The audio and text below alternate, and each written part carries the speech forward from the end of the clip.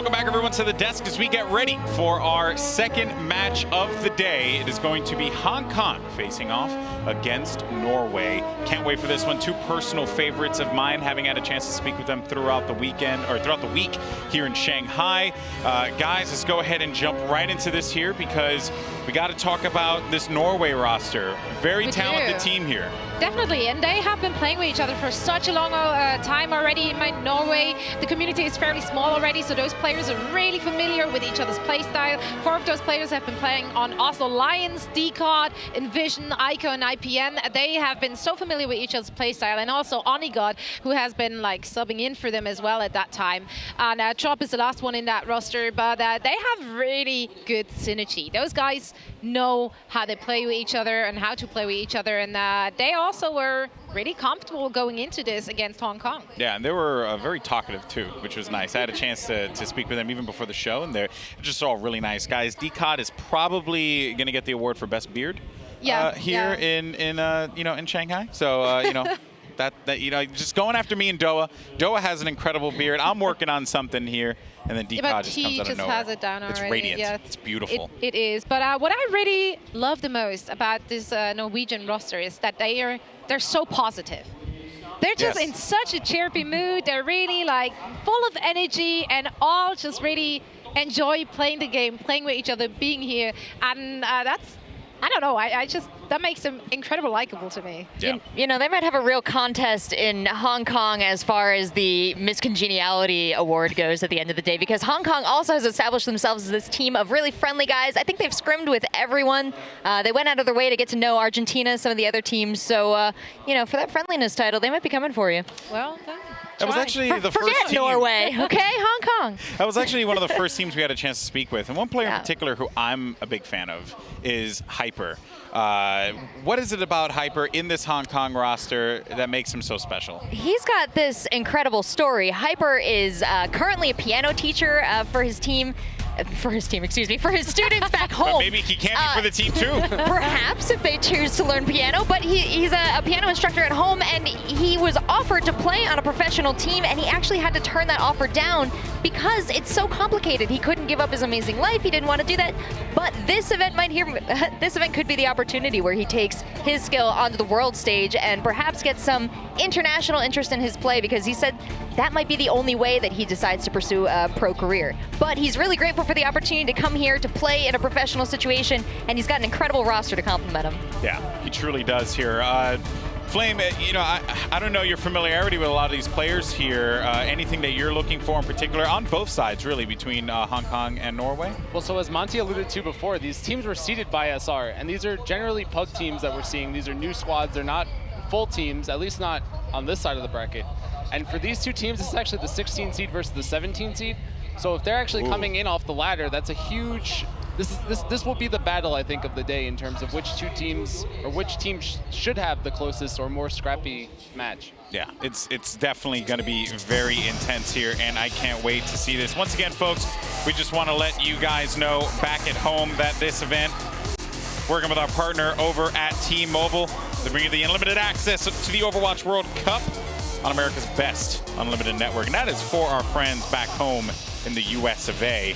There you see the Hong Kong team coming out as well, and on the other side of the stage, the Norwegian team. And again, I'm really excited for both of these squads here, because this could be the closest matchup of the day, the 16 seed and the 17 seed, Zoe. Yeah, but I mean, from our perspective, we say it's going to be a close one, but the Norwegian guys actually called it like a one-sided one. Like, they were so confident that they're going to take this away from Hong Kong, no problems whatsoever. I was actually surprised. A lot of the teams we talked to were like, who are you afraid of? You know, there's France, there's China, and they all said Norway. So they're on the radar of these other teams here. Hong Kong prepared for that, prepared for, the Norway defense. Yeah, I mean, we talked to China before, and the Chinese players also said, we think that Norway is actually going to be second in this group. I think that Onigod experience is definitely going to shine through. They have a lot of leaders on this team. They definitely have the teamwork, as you alluded to before, just knowing each other's play styles. It's something that's very valuable here. Even as we saw China before, they know how each other play. It's obviously one of the biggest strengths that these teams do have. I think it's definitely Norway's game to win. All right, guys, well, here we go. It is time for Hong Kong versus Norway. And I know you guys are just excited for this one, as we are. So let's send it over to your casters. Take it away. Thank you very much, Desk. I am Achilles. Joining me here for the cast is Wolf, coming straight out of South Korea. Had that little pond hop over here to China, so not that big of a journey for us to make it over here, but still very excited to be joining in on the Overwatch World Cup, and we do have a bit of a doozy to start things off with for you and I here today. Exactly, 16 versus 17, so this is going to be a hyper-competitive match. I know our last match came in with a pretty solid 4-0 for China. They were one of the big favorites going into that group. Most people expected them to take the first seed, so a tough match for Romania. But going into this section of the group, it's 16 versus 17. They're so close in terms of seeding, so this one could go really close, couldn't it being a 2-2 split. Yeah, obviously all 4 maps going to be played regardless, but this could very well just be a very back and forth one, even on the likes of the maps, you know, a control map, just back and forth, constantly exchanging. Maybe we'll see that third control map coming through. Had a bit of a false start on that one here today, but either way, it should be neck and neck between these two teams. But like they said on the desk, everybody has really been giving a lot of credit over to Norway, a lot of fear going up against them. But let's go ahead and check out our first map of this set. It's going to be King's Row starting things off. Yeah, a pretty common map, a very standard map. We did start, of course, things off on Hollywood in our previous series, but King's Row, so already starting things off a little bit different. Coming from Korea, where you and I commentate Apex, this map is one of the highest picked hybrid maps. We see it a ton. It's a very common map to see in the pro scene, and I think this map, because of how it works and how basically it complements every team really well, is going to set us on the stage to see which one of these teams has the bigger edge here. This is kind of like the flat stage, the neutral stage, to find out which one of these teams is the stronger one and kind of gauge, because talk about 16 versus 17 in SR ranking, it's always important as the coordination and the experience, I think, that makes Norway the favorites here. Yeah, I mean, you mentioned that, you know, one of the statistics we do offer up is, you know, the attacker-defender advantage per map, and King's Row is one of those ones that bounces between, you know, 51-49%, if not just the 50-50. So this should be a nice neutral setting for both of these teams to go ahead, get their footing, and try to come out, start things with a win here in Shanghai, and try to make it all the way over to BlizzCon. Every single map just holds such a high amount of importance here, so the win is going to be very sought after. That's right, every single point does matter. This is not a best of series. This is earn as many points as you can in the 4-match set. So that is going to be how this is played out here as we jump into King's Row. And this is going to be really the first time a lot of these Hong Kong players get to play in a big tournament like this in a very large setting with quite a large crowd, in fact, here in the venue. So there's a lot to prove right now. And, you know, as was mentioned earlier, Hyper, for example, the captain of the team, now having a second opportunity at the pro scene, stepping away from his piano and putting his fingers on the keyboard as we set up for this one. Well, let's see how quickly he can play piano, just by how quickly he can input on his keyboard. See if he really is a maestro as far as that is concerned. But here we go. The attack is going to start coming out here from the side of Norway, with Hong Kong already operating over onto that defense. Start them pushing in, poking out so far. Nothing too crazy as far as the comps are concerned. It's going to be the 2-2-2, both of these operating with the Soldier and the Tracer, so no Genji thus far. Yep, nothing just thus far. Already a kill into Envision. That's going to be a great start here for Hong Kong's defense. Yeah, Mungo up here on this high ground, just finding that biotic grenade straight in onto Envision, so shuts him down, stops, you know, very crucially, that pulse bomb building up, and as I say that, IPN's going to find a kill over onto Hyper, so both of these Tracers will be stopped down. Hyper building up a bit more of that pulse bomb for himself, but now here we go, onto the meat of the point. Comes Norway diving in, only got having to throw down that biotic field, trying to keep himself alive, and Decod goes for it, finds Jazzy, pops him out of the mech, and the Helix Rockets will go ahead and finish him off. A bit of a changing back here coming through as IPN does fall, but Norway very broadly winning out on these fights and maintaining that hold on the point. The cap might just come through right here, and it looks like that's just going to be it, so Hong Kong will concede, and Norway pick up point A very quickly. And if you watch that fight, you might think, okay, well, Onigod is just the god. He's so strong, he's so powerful, his accuracy is so good, but it's the protection granted by Aiko that actually allows this to happen. His Defense Matrix really good there, and Decon, of course, tried to disrupt the backlines of Hong Kong, so he was able to do so much free damage to carry that fight. Very nice stuff here from Norway. We'll see how they're going to handle the street space as they get ready to push through. Hong Kong still playing a bit further forward, looking for those flanking opportunities with the like of Hyper and the Soldier 76 here, but now Decon going very far forward, trying to build up for that Primal Rage, just zapping away. No real kill threat coming through from him yet. And now he's going to be a bit careful as that nano boost does come down here onto Pandaren, but he takes so much damage, has to leap back around the corner to keep himself alive. In the meantime, Norway going to be pushing back forward. Have that Transcendence coming through from IPN. They will find Pandaren in the end as the cart just keeps moving along steadily, slowly, but steady for the side of Norway as they keep advancing over to point B. Pop out's going to come through on to Jazzy. Does throw down the self-destruct, not going to find anything, and he's going to die for that. So Hong Kong really just kind of getting swept under the rug by Norway right now. Yeah. Not really being impeded at all on this push. Not even close. The staggered respawn's going to be a problem here. And it looked like the idea for Hong Kong for that defense was to have Hyper drop down with the pulse bomb from the high ground there. Tried to build up, didn't have it in time. And the Transcendent was so well played. IPN perfectly just knew that Hyper was coming around that flank, maybe even looking for the pulse bomb there.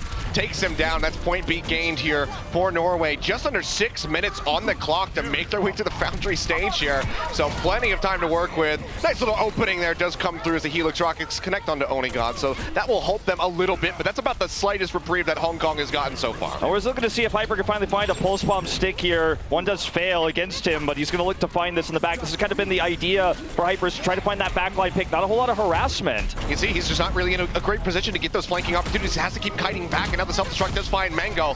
Get the pop-up onto Jazzy, and yet again, he is going to fall. The tanky front line here from Hong Kong just being shattered. Discord Orb in onto Pandaren, has to stay back, has to drop the bubble. Can't leap in now comfortably. IPN does get forced out on the Transcendence as the pulse bomb comes through from Hyper, but the payload just meters in front of this point C, and with that Primal Rage, Decod goes forward, finishes off Mango. Pandaren has fallen off the map, moving desperately, trying to find something with that Nano Visor. Will get the pop out, will finish off IPN, but he is still losing team members around him. Hyper going down as Onigod answers with his own, firing away shot after shot, rolling into the station. Just 1.47 meters now is that payload for Norway. Nearly have that completion, just need to get rid of these few members, and with that pulse bomb helping take down the Winston, they might just have it. Mix desperately trying to keep this one in contention, and they will be able to do so for now. So it seems like Hong Kong might just be able to hold on for a little bit longer, but there's still over 4 minutes on the clock here for Norway. Yeah, still trying to hold on to this one. It's actually crazy. Aiko is able to remech throughout this. Here comes the self-destruct down. Vision will dodge it.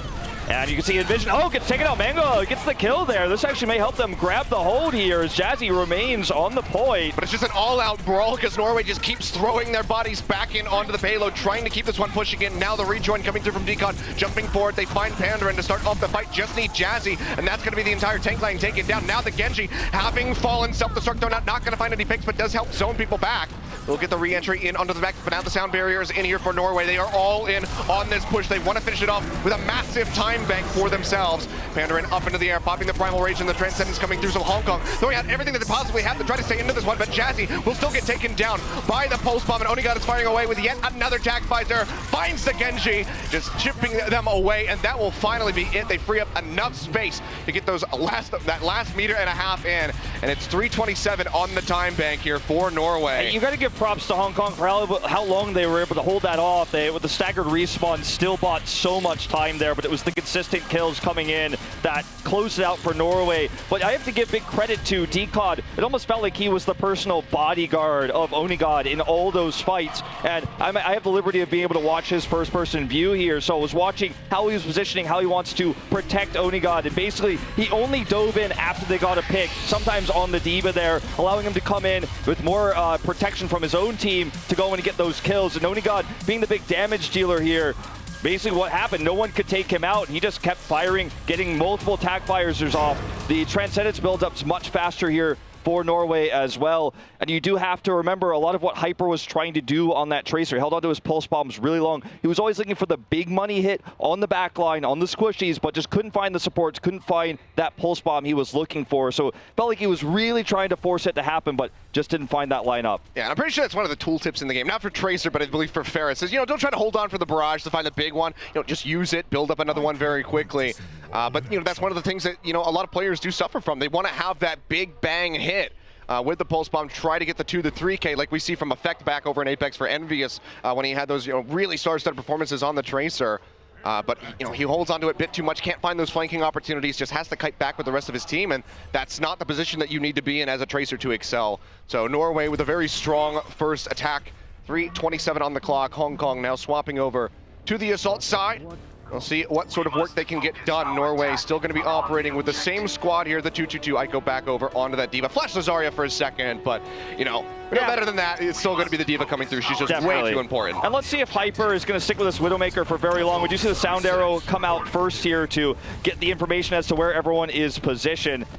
I'm trying to spot out a little bit. Yeah, not good. Just getting some extra vision. You're not going to be trying to do any fancy Widow plays. Not pulling a Taimo here or anything like that. Just going to come out. It's Hyper switching back to the Soldier now here on the high ground. I mean, interestingly enough, they're going to be running the Soldier with the Genji rather than having a Tracer, which has been, you know, one of those staple parts of the compositions in the current meta at the moment. So we'll be trying to change things up here from Hong Kong. We'll see how long this is going to last, if they're going to be able to get that first cap, or if they do need to swap Hyper back over. But for now, Onigod will get taken down. Mango finds that opening, and is that going to be enough for them to get onto the point is the question. Cap starts to come through, does get halted out as they back out. And Vision does take down that enemy Zenyatta. Hyper firing away, trying to get in onto Dekod, and with the help of the Genji, they will be able to take him down. And Vision forced out. Retreats back over to the hotel, gets up, picks up that health pack, and will be rejoining the fight. 70% here for that pulse bomb. Could be a game breaker for Norway if he can find some key targets to place that one on. But for now, he doesn't even need it. Just dashes forward and finishes off Pandora. And when you look at what Hyper's able to do compared to Onigod, it's just no comparison. Onigod's been able to do so much more, and that's part of it because Decod has been babysitting him, forcing him back. When you see the first person views, you can see he's forced back, has to retreat. The defense matrix goes off, he comes back in. That's when you see Decod come in, deny him with the barrier. It's just been so frustrating for Hyper all game long. He does have the attack visor now. If he can get into a high ground position, maybe he can start to get some picks here. But that's the only ult they've got. Dragon Blade about to be ready, but no support ultimate with it. But is that going to be enough? Because right now they've still just been pretty stalemate to try to get on to this point. See them just trying to poke out, but getting the kills on the Norway range is just going to be so difficult with Mix going down there. Mango falling off screen as IPN wins out on that Zenyatta duel. No supports available now for Hong Kong. They're going to have to wait to regroup, but that just buys more time off the time bank. They do go forward though. However, find Trope and IPN, so these are going to be the counter openings. But Norway does fire back. Hyper going down. Jazzy popped out of the mech and Pandora falling as well. They will finish off that baby D.Va for the maximum stagger. Okay, so Lewis still has the Dragon Blade available here. They have the support ultimates, but here comes the self-destruct. Taken out of the mech, actually, as Aiko, as he dropped it down here. This is a huge opportunity, but here comes the Transcendence. Yeah, double Transcendence coming through from both the Zenyatas as everybody tries to posture it onto the point. Sound barrier from both teams as well. So all of them just dumping out every support ultimate they could possibly find. And finally, it will be that first hit coming through for Hong Kong. Wait, can they stick in and get the actual cap with those picks coming through? It seems like the answer should be yes, but there's still plenty of time that can be bought by Dekod. Gonna go low, has a primal rage available. Does he want to commit it to this fight? The answer is going to be yes. Pops that one out, has the Discord Orb, so we'll be taking quite a bit of damage as that second tick comes through onto the point here for Hong Kong, but the cap still being delayed further and further as we are encroaching on a minute remaining. Yeah, now everyone's respawned back in Vision very low. We'll have to recall here, but they do get everyone back. Decod buying so much time here, and this may still be the hold. Incredible time buying by Decod here from Norway. Both Winston's going down, Mix is going to fall as well, but it's just going to be an exchange of the supports as IPN falls. Trope falling now as well, so Hong Kong, do they finally have the upper hand? And Vision is looking to shut that out, has to be forced into the recall to keep himself alive. Doesn't have any healers available for him. He's poking in, trying to finish off Mango, and he gets him, just bending the bullet seemingly around Pandora, takes him out, and yet again Hong Kong will be held at bay. Norway able to regroup, 2 ticks accrued, but just 40 seconds remaining in Hong Kong, have to go all the way to point C. I can't even believe that was able to occur. What we saw from Decod there, he bought so much time. No one got onto the point when he stepped off it, bought enough time for the rest of the team to come back. Aiko buying so much time as well. Really good coordination here.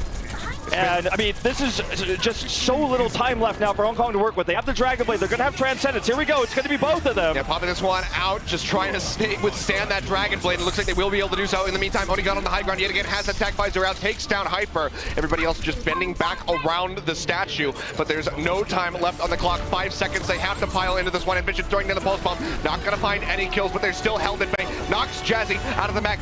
In hindsight, does find that, but now it's all or nothing here for Hong Kong to win this first map. Diving in, they lose the Genji. Trope does fall, they get rid of IPN. Could this be the opening? No supports available for the side of Norway, but they still need so much more. Aiko falling, they lose out onto Mango. Mix going down as well. Norway, can they do this? They have to get through the primal Winston Pandora as they just jump around. Overtime still ticking in the cap, getting ready to come through as Pandora desperately tries to make this happen for his team, but Decod does get that sound barrier. He is still alive and he is still killing Genjis. They'll finally get pushed away here though. Jazzy getting up the picks here. Decod's still alive. That's so important. He's the best one to buy time. That's going to be the last second contest coming through. Jazzy knocked out of the mech yet again as Norway wants to finish this one off. Pandaren going down. Jazzy killed in the Baby Demon form in the pulse bomb. Connects in onto Hyper. And it looks like Norway will have done it. The full hold coming through onto point A after pushing all the way to C. We talked about how scrappy this series could very well be, and I think that we found that it's going to be very scrappy indeed. Kings Row, so much back and forth there. Yeah, and what we saw there was just excellent staggering there of the ultimates to actually buy time. The remeching coming out from Ico, the really amazing Primal Rages. The fact that Decod was able to stay alive so many times got him those extra Primal Rages, and it looked like several times there Hong Kong had it, but they just couldn't actually hold on. As we see Envision's Tracer here going to be the play of the game to seal things out on their attack, but what a hold there. And we had questions going into this one, which one of these very close seeds was going to be on top. And I wouldn't say this was a dominant performance by Norway by any means, but one thing you could definitely take away is when it comes to buying time on overtime, holding on to those points, certainly one of their strengths. Yeah, I mean, this wasn't like the the level of performance that we just saw from China in our last match, but this was still Norway, inching themselves out ahead, being able to go all the way to point C, and then getting the full hold definitely does, there is credit due to them, but it was back and forth. It was very hard fought. You could tell that, it was a bit strained to be able to not only complete that point C push, but also to get that full hold. So these guys, despite that scoreline, still are looking rather close together as far as, this matchup goes. And so this could be a very interesting and a very long series. And it goes, when you think about how the next set is going to play out as we go into control, it's going to be very important, I feel like, for the first cap to go over to Hong Kong, because if you give the ultimate advantage over to Norway, if they get that first capture, with how well they've been able to hold on to these points, sometimes even without ultimates, you can imagine if they get the first cap, build that close to 99, get the 6 ultimate advantage from that, get the ult economy advantage, it's going to be very difficult for Hong Kong to retake, because we saw some good plays by them, some setups to try to stop the push on attack on Kings Row, but they just couldn't simply even grab the payload there. So yeah.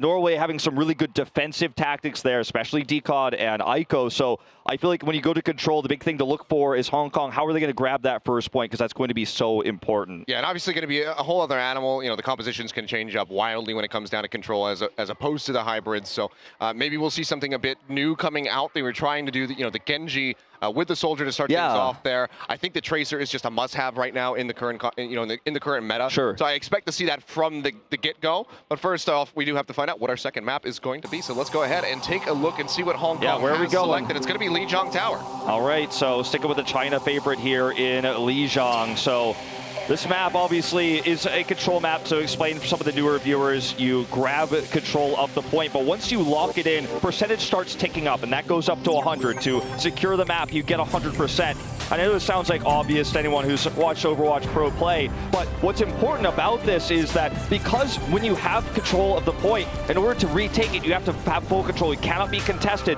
And as we saw, that's how overtime works. That same mechanic we saw on Kings Row, how Norway was able to buy time there, build the extra ultimates. It's even easier on a map where you have shorter respawns, and that's the whole point of the map here on control. So that gives me some worries for Hong Kong going into this one. I think grabbing that first point is going to be step number one, and that, again, sounds obvious, but if they lose that, I think things could snowball away from them, Achilleos. Yeah, defender's advantage, certainly something that Hong Kong would like to have for themselves. Unfortunately, didn't work out so well on Kings Row, but we'll see how they manage now that we move over to Lijiang Tower.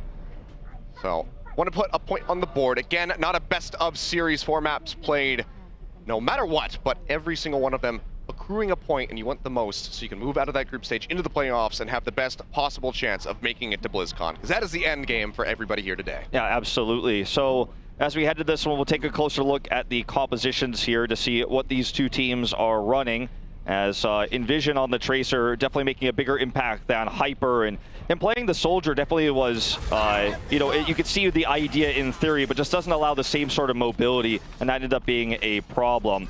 So as we go into this one, we'll see what they're running. Mango actually on the Sombra here, so he got a few picks onto Envision himself there on the support. Now he's playing more of the hybrid DPS here. We'll see if he can make that happen yet again. Okay, well that just puts that much more emphasis on Mix. Has to have his positioning very well for that Lucio, but Mango is already going to get taken down. The fight coming through from Envision around the side over onto that walkway does finish him off.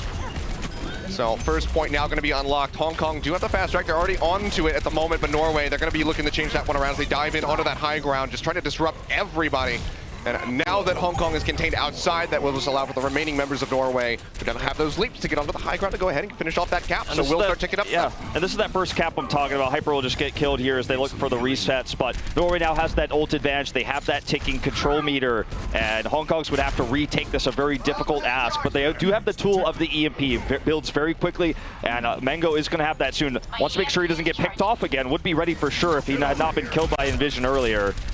Oh, that's going to be the Tracer going down. IPN yet again finding another kill with the Zenyatta has been deadly accurate with his orbs tossing those ones out. Mango has that EMP ready to go, but does he want to dive in? Doesn't actually get the opportunity, just gets taken down as Envision finds a double kill. Pulse bomb in onto Mix, finishing him off. We'll go ahead, get the 3K as Pandaren goes down as well, and Norway shoving them all the way back to that initial choke point by this spawn, and they'll just be holding firm. And this is okay that the EMP didn't go off, because now they're going to have a few more ults to use with it, notably that tack visor, but it's going to be all about IPN's Transcendence. He can get it off before the EMP goes down. That is going to be huge. Here comes Mango around from the back. Will they react to this? IPN drops the Transcendence comes through perfectly timed by IPN, picks it up, and Mango's gonna be the first one to fall as the fight breaks out. Onigon with his own tag visor firing away, but Jazzy does have the defense matrix, but not well enough in front of Hyper to keep him alive. Will go down, and Norway is just going to scoop up everybody and throw them into the bin. Fantastic shutdown, fantastic reaction. And that's what you got to do as IPN here. You have to react. You have to see that Sombra running at you with the translocator. You have to have that ability to know this is when the EMP is coming and drop that out first to completely nullify the effects there with your extra healing. Very well timed. And they didn't use much else. Trope still has the sound barrier. Vision and Aiko have their ultimates ready here. Yeah, they nearly have a self-destruct on the way as well here for Aiko. So things looking really good for Norway as they tick up past 90% of the moment. Hong Kong likely going to have to dump everything in just to get this cap, and Vision not going to be finding the stick there with that pulse bomb, so won't find any entry frags for his squad yet. But now the sound barrier is coming down as they try to go ahead and keep this one contested. Nearly the cap there for Hong Kong. Will now be over into overtime as Norway tries to maintain control. A self-destruct thrown out here by Jazzy, just trying to buy a bit of zone for his squad, but actually comes up with a lot more than that. Finds the kill in onto Trobe, but they get answered back for as Mango and Hyper both go down, and Vision yet again operating on these flank lines. Nearly has another pulse bomb to offer up, perhaps to take down Pandaren, because he doesn't have There's the recap. Primal range, and the recap does come through. Now they have to tag in onto this one. We'll see if Pandaren can find his way in, but Can't get in there. Just not going to happen. All right, so this is already dominance starting to show. We knew what was likely to occur on Control after we saw the defense of Norway there on King's Row. They got the full hold, and when they took the first point here, sure, there was a brief moment of capture on the side of Hong Kong here, but they couldn't close it out, and the ultimate usage there, very well timed. I feel like the big play, the play of the game for that one was definitely IPN, dropping the Transcendence down, nullifying the real only EMP we ever saw, and I worry now for Hong Kong as they're flexing a lot here. They're sending their Genji player onto the Tracer, their Tracer player onto the Soldier, so not having real complete roles here, whereas Norway is basically keeping it more of the same from map to map. Well, you saw there in the audience, Onigon having a fan here in Shanghai. That's a nice way to go ahead, start things off with a win for the fans. That's right, this is the World Cup, and every nation has fans worldwide as we head into this one. Going to be no Sombra this time on Mango, going to be back onto the Soldier. Yeah, but it's going to be that Genji Soldier here that they're trying to operate on yet again, and Mix is going to be the first one that loses out as that mech does go away from him, builds up very rapidly for another one that hasn't gotten taken out of that Baby Diva form yet. Aiko going to get popped out as well as we wait for the point to unlock. So very scrappy, everybody's charging in for each other's bridges.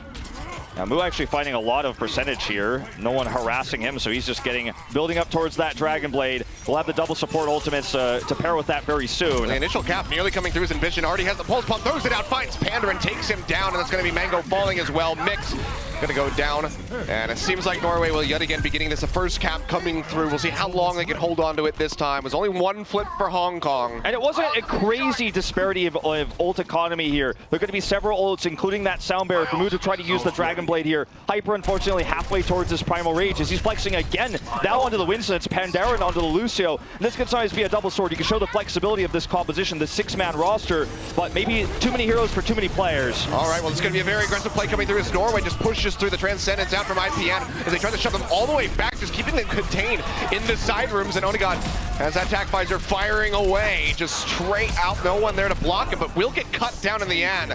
As Genji has the Dragon Blade ready to go, so just chops him up. Yeah. And that's going to be a big flip here for Hong Kong, perhaps. Haven't gotten the point yet, as D-God will fall in the end. They will get this one, and considerably earlier than on Control Center, 41%, all that was accrued here for Norway before that flip comes through. So maybe a bit too aggressive from Norway on that play. Onigod definitely, using that attack visor, they're expecting the Transcendence would be enough, but this is a huge flip because they only had to use really the Dragon Blade and the support ultimates to make it happen. Hyper soon to have that Primal Rage, so they can hold on to this one for a while, almost nearly having an edge in ult economy here, so Norway using a lot of resources. But look at how quickly IPN's been able to build up that Transcendence, and they're going to use the sound barrier to try to contest now, moving in. Yeah, go ahead, throw that one out, but Onigod's been booped off the map by Panda, and so just comes up with that kill, so fantastic way to start things off here for Hong Kong as they try to maintain this control over the point, but Jazzy is just going to get cleaned up in Norway yet again.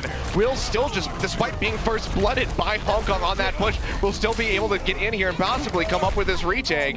And it was really off the back of the sound barrier. It was really well timed here. They used it with the amp it up for the speed boost, so a really hyper aggressive attack coming in, catching Hong Kong off guard, and now they have self-destruct. They're going to use it aggressively here over the wall. It's throwing it straight in towards the spawn. Not going to find anybody, but it certainly does buy them a little bit more time, keeping them away Super from aggressive, though. the bridge. But yeah, just throwing that one, Ico. You never know. Maybe you get the 5K. Maybe you just go ahead and get a team kill on it. So sure, that was pretty aggressive, but they do hold on to the Transcendence here now. So using the support ultimates as their main ones to win these fights. But they have to get back in. They have to get this retake. Pulse Pop does come through, connects in onto Hyper, and he's going to be taken down first and foremost here on the point. Didn't have that Primal Rage available, nowhere near it, in fact. And out Norway still looking to hold firmly as that Transcendence comes out from the side of IPN, just keeping everybody topped off. D-God with that Primal Rage, keeping himself alive as well. And now Attack Visor out from Mango, but he's falling dangerously low, and everybody just pours back in into the room with him to go ahead and finish him off. He goes down, and now seems like it's just going to be yet another regroup coming through here from Hong Kong, but the staggers are going to be there on the respawns. It's 95% for Norway. They have to get in onto the point. Yeah, they do. Okay, Hong Kong coming in now. Gonna have to contest this. But already Mix has been popped out, and Attack Visor here, just go ahead and take out anybody that pushes forward. There's no D.Va Defense Matrix to eat up this soldier damage, so Onigod just going to be firing away, coming up with multiple kills, finishes off the Genji right at the end. Sound barrier there you go. Norway will just clean house, and they will go ahead and take Lijiang Tower with a 2-0. Yeah, pretty dominant performance here by Norway, and we knew control was going to be the struggle for Hong Kong after watching that last fight. Well, watch this Genji play of the game. This is the first take here after the first map. They did cap these support ultimates. Actually, not even having them in this fight. This would have been a different one. But anyways, gets them there on the choke point. Ends up winning that one. But wasn't enough to win the map here for for Hong Kong. Yeah. And realistically, when you look at how those fights are going, it's the sound barrier that's used aggressively, and it's the Transcendence that's used defensively. The support ultimates winning, at least Lijiang here for Norway. They use their time-buying abilities with the Primal Rage, with the tanks, the protection of Onigod on King's Row, but a totally different approach going into the control map. And the support ultimates were there to catch the attacks every time. It was a very defensive approach. It was kind of a hold on, let's be conservative with our ults, and Hong Kong just didn't have the answer. I mean, one of the most intriguing things I think about Hong Kong here is that they're swapping up the roles. They have players moving off of the Lucio over onto the D.Va, vice versa. So it seems like they're just kind of desperately trying to scramble around their members. Okay, you go DPS this time, I'll heal, or vice versa. And it just did not work out. The 2-0 there for Norway. Really good stuff coming through there. But Norway leading here with a 2-0. See if they can close this out with a 4-0. As we go ahead, throw over to a commercial. When we come back, we'll have the desk go ahead and break down those first two maps. The 2017 Overwatch World Cup is brought to you by Omen by HP, T-Mobile, Union Pay, and Blizzard Entertainment.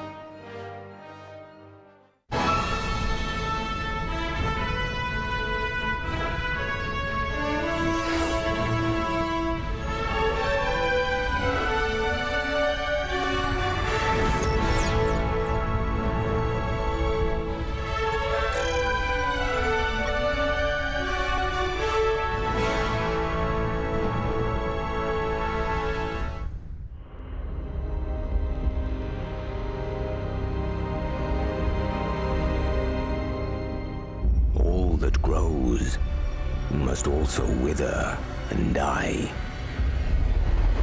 What dies and rots will then nourish the living. This is the great cycle of being, and we, the priests of Rathma, use our dark art to protect it. Though most do not understand us, we go where we are needed. My master has learned that a star fell in the west, drawing the dead from their graves. He commands me to journey to Tristram and return them to their rest. For if the cycle is not upheld, it would mean the end of all things.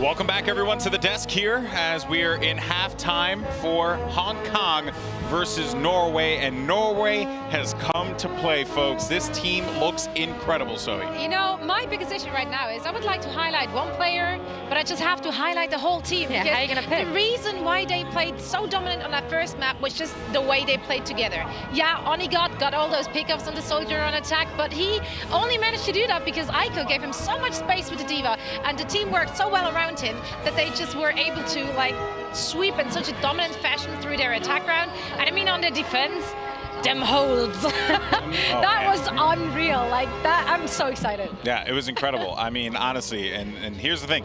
D-Con may have an incredible beard, but he's also a great Winston as well. It all just comes together. The disengages that I saw from him at the appropriate times, the way that he read those plays out. I mean, that stall, some could say it looked a little staggered, Flame, like on both ends. Like, you know, like Norway couldn't quite close it out, but I think, you know, Hong Kong gave a bit more that Norway was expecting. How do you feel about that last play there at Kings Row? Norway just knew what to do. You know, they had a plan. Their players all played incredibly. I don't think I was expecting Envision to be so great.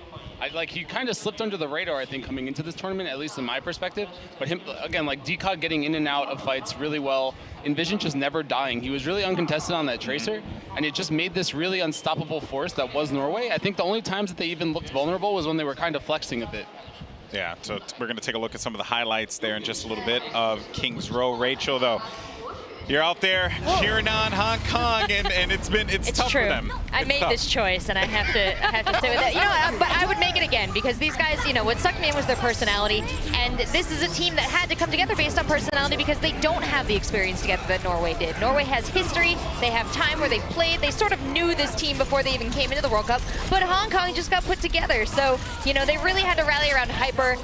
He's the oldest player. He's kind of taken on the role as leader, and when we sat down with him, he described these roles and these heroes that each of his teammates would be playing. Then we entered that first map, and it was all gone. Everything was different. Hyper said he was going to be on Winston. He was on 76. Jazzy, I thought we was going to be a support flex, and ended up on D.Va. And so it didn't even seem that reactive, their switching. It was all the roles they told us they were going to play when we got in the Lijiang Tower. Yeah, and I think Hyper, correct me if I'm wrong, was playing Tracer a couple times. I think he was on a flank. He was on a hard flank in Kings Row, and then IPN just came out of nowhere and pop, just one-shot him. And that's actually something that Average Jonas told me about as well. He said, look out for IPM because he will track those tracers, one-shot them, and they will become nullified. And in a meta that is very tracer heavy, that is super valuable. And I look at a guy like IPN and think, where has this man been all my life? Because he's Why is he never on your clearly a better Zen than Doa. Clearly a better Zen than Doa. So I guess I want to get your thoughts on IPN and also as we go into the next map here, Li Zhang. Well, he had one of the better plays I think we saw on that last stage where the EMP came in. He had the Transcendence before the EMP, which is something that should really never happen. I think is more of a testament to, as Rachel alluded to, Hong Kong maybe trying things that they're not super used to, because he did preemptively trans an EMP and it wound up just winning them that fight on Control Center. It's something that's not very common and it's pretty hard to do because you need to react immediately and you have to make that decision immediately. So I do think that he's definitely also playing up to that caliber that the rest of the team is playing. This team looks very scary right now. I think if you're anybody watching this match at this group stage, that this might be the team to beat. I actually think if you're anyone watching the World Cup right now, if you're any of the competitors in the World Cup, you're pleasantly surprised with Norway because of how they have performed here. I know that we all thought about this team performing and being a good squad. I actually think they'd be this darn good, Zoe. No, I really didn't, because I mean, I knew that the individual players, they are really good. I knew that 4 of the guys, or even almost 5 of the guys, have been playing with each other on Oslo Lions and other teams, and they are familiar with each other.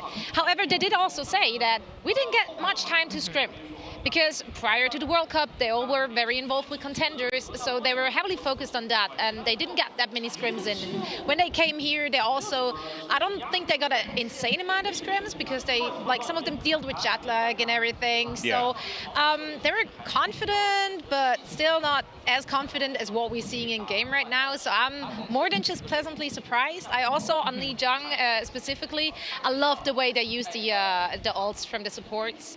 Like, it just made and break the game for their opponents. It was just beautiful.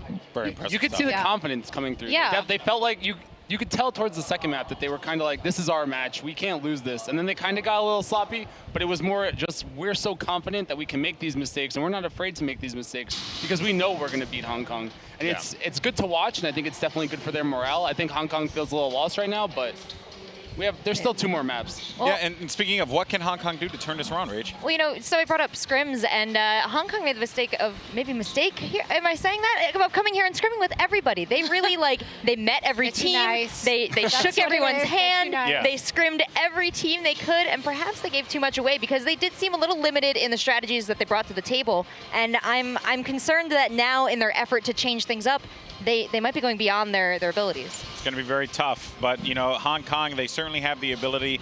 Let's see if it will happen, folks. When we come back, though, we're going to have the continuation of this match between Hong Kong and Norway. Will Norway get the 4-0, or can Hong Kong get a game in their buckle? We'll find out after this. Don't go anywhere. This is the 2017 Overwatch World Cup.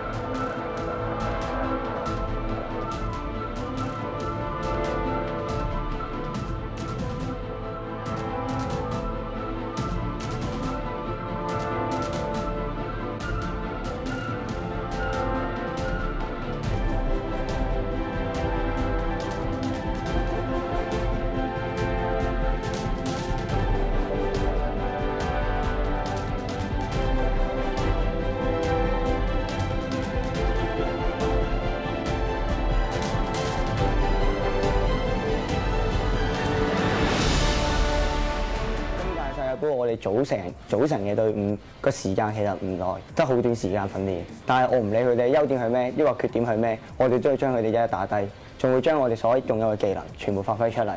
I think the weakest part is their mechanical skill, because every single player on our team is so much better than their team. Our DPSs, they can out-aim the enemy DPS. Our main tank has better positioning, and our healers are good at staying together and just defending each other.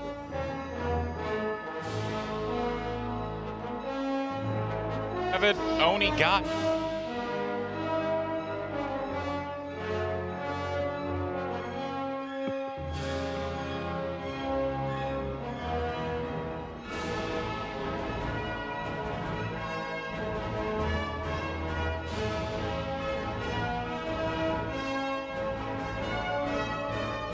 I'll say that.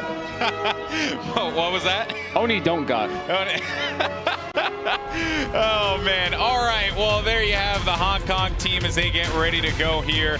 They have a tall order in front of them with this Norway roster, Rachel. Hey, they're a good-looking team, though. They got everything going for them in life. I mean, Quite dapper. They're friendly. You know, they came here to fight, and they're still smiling. You know, they're obviously enjoying themselves. I mean, Jazzy, youngest player on the team, bringing out a lot of variety here. Every one of them using it as a bit of a showcase, I think, for the rest of the world.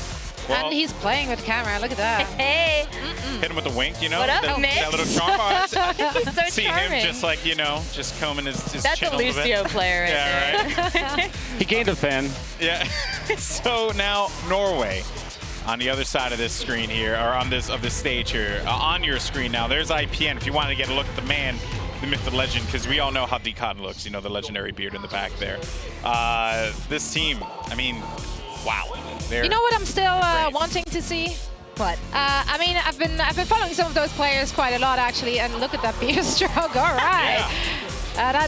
All right. That's they love the camera. Look at that. No, so what I really want to see is some of those cheeky Lucio plays Trump usually has, because I've seen like so many cheeky boops on him, like pushing people off the mat and stuff like that.